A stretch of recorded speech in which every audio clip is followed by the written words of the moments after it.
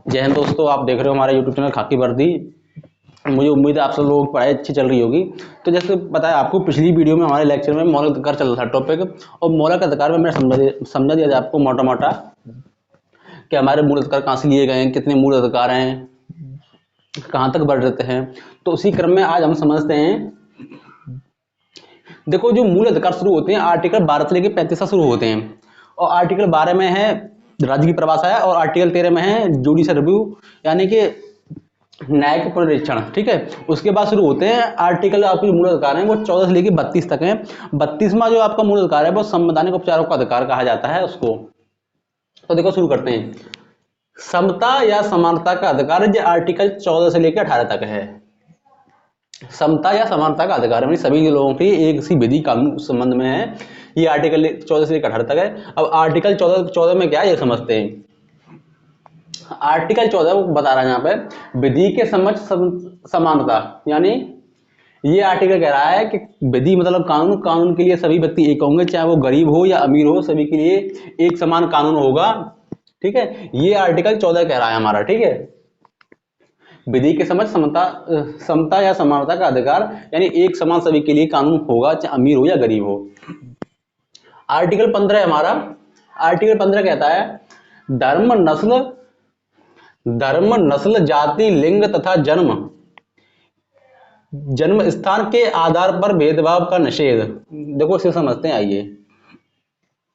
यानी धर्म, नस्ल, जाति, लिंग तथा जन्म स्थान के आधार पर भेदभाव का निषेध। यानी कोई व्यक्ति किसी भी धर्म का हो, किसी भी नस्ल का हो, किसी भी जाति का हो, किसी भी रंग का हो, किसी भी जन्म स्थान का हो, उसके आधार पर कोई भी उस व्यक्ति के साथ भेदभाव नहीं किया जाएगा। ठीक है, जैसे तू हिंदू है, मुस्लिम हूं, तू ईसाई है, ऐसा कुछ नहीं है। ये इस जाति का मैं उस जाति का हूं, या स्त्री है, पुरुष है, या ट्रांसजेंडर है, या तू तो अरुणाचल प्रदेश का रहने वाला है, तो ऐसे इस आधार पर कोई भी भेदभाव नहीं किया जाएगा। ये आर्टिकल हमारा 15 कह रहा है। आर्टिकल 16 आर्टिकल 16 बता रहा है लोक नियोजन के अवसर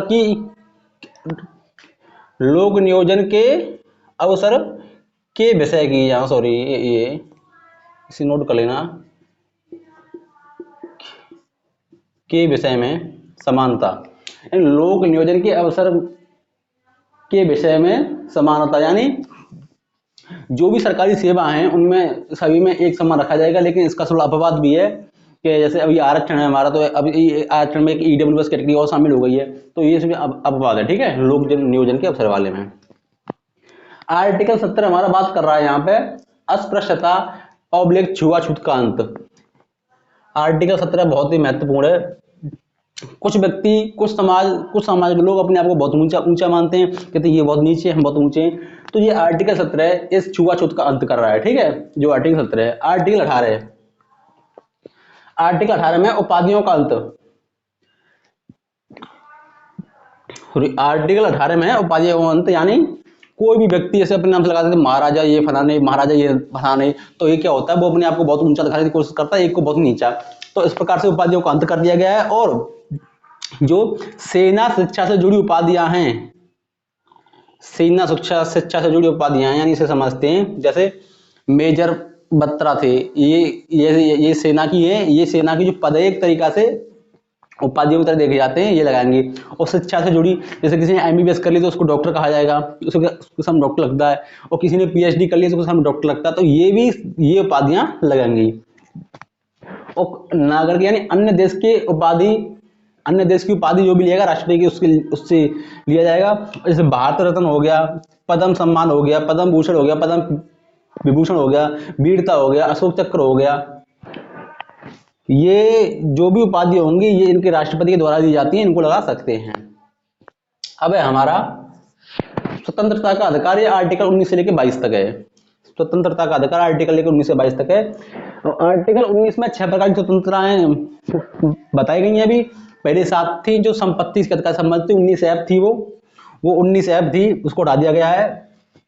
ठीक है, तो आर्टिकल 19 में 6 प्रकार की स्वतंत्रताएं, इसे समझते हैं। पहली ये है बोलने अभिव्यक्ति की स्वतंत्रता। बोलने एवं अभिव्यक्ति यानी मुझे बोलने की स्वतंत्रता है, जो मेरे अंदर विचार हो रहे हैं उन्हें प्रकट करने की स्वतंत्रता है। ये जरा आर्टिकल 19 का पार्ट ए। पार्ट बी, बिना हथियारों के शांति से ये सभा करना, बिना हथियारों के शांति से सभा करना। या देखो थोड़ा कोऑपरेट कीजिए, बोल्ड छोटा पड़ जाता है तो इसलिए राइटिंग थोड़ा एडजस्ट कीजिए आप लोग। आर्टिकल आर्टिकल 19 का पार्ट डी कह रहा है बिना हथियारों के शांति से सभा करना, यानी बिना हथियारों के कहीं भी जाके शांति से सभा करना। इसका मतलब ये है सभा करना, लेकिन बिना हथियारों के ऐसा नहीं है हमारे कंधे बराबर लगी हाँ भाई क्या चल रहा है, तो ये नहीं चलेगा भाई बिना हथियारों के, ठीक है। नंबर 3 संघ बनाना, मतलब कोई भी सभा करना, संघ बनाना, ठीक है, शांतिपूर्ण तरीके से। और पार्ट डी कह रहा है कहीं भी आवागमन करना, माने देश में कहीं भी घूम सकते हो, आपको ये पूरी स्वतंत्रता है। और जो आर्टिकल डी है वो ये बता रहा है।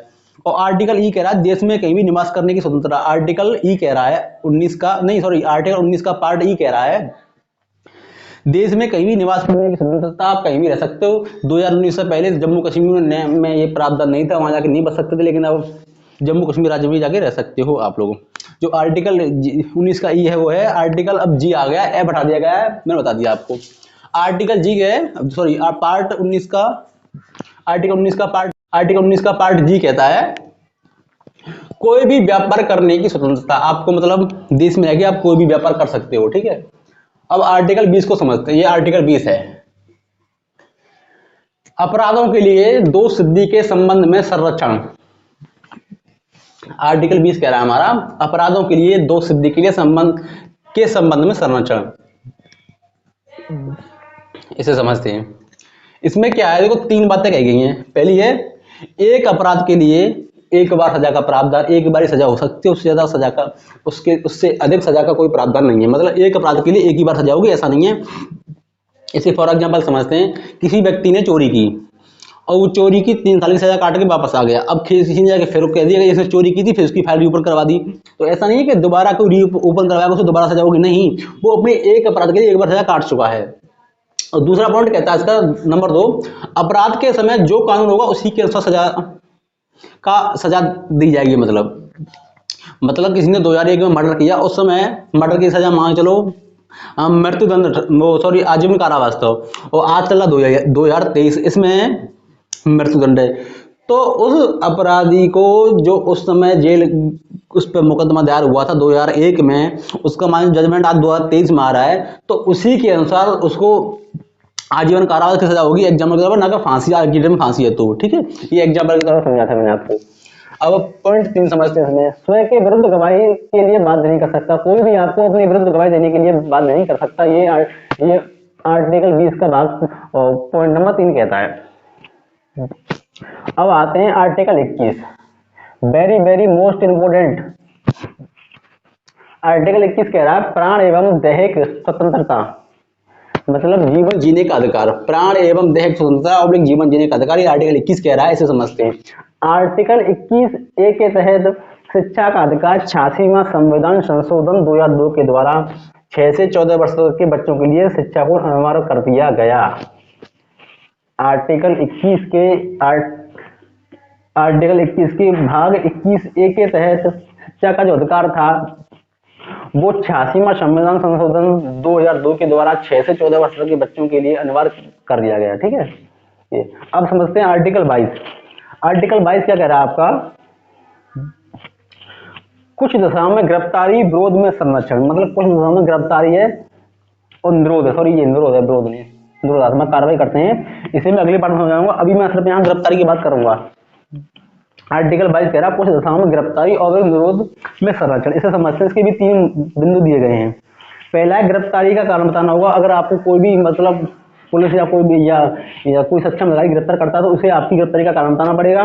नंबर 2, 24 घंटे के भीतर मजिस्ट्रेट के समक्ष जो दंडाधिकारी है, न्यायिक दंडाधिकारी है, मजिस्ट्रेट है, उसके समक्ष आपको 24 घंटे के भीतर पेश करना होगा। पॉइंट 3 है आप अपने पसंद के वकील को कानूनी सलाह के आप अपने मन पसंद के वकील से कानूनी सलाह ले सकते हैं, ठीक है।